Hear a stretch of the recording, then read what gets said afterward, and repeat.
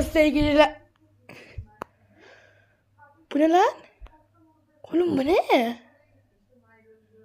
Lan bu ne?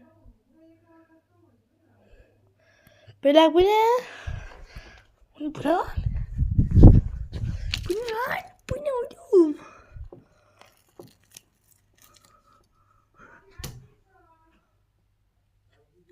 Geliyorum. Bu ne lan?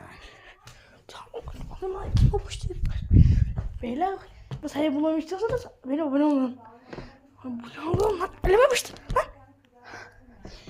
Yeter bunu atıyorum ya.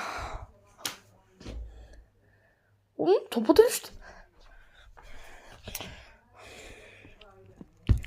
Dillereceğim arkadaşlar. Şunu çoğaltmamı istiyorsanız beni abone olmayı unutmayın. Oy.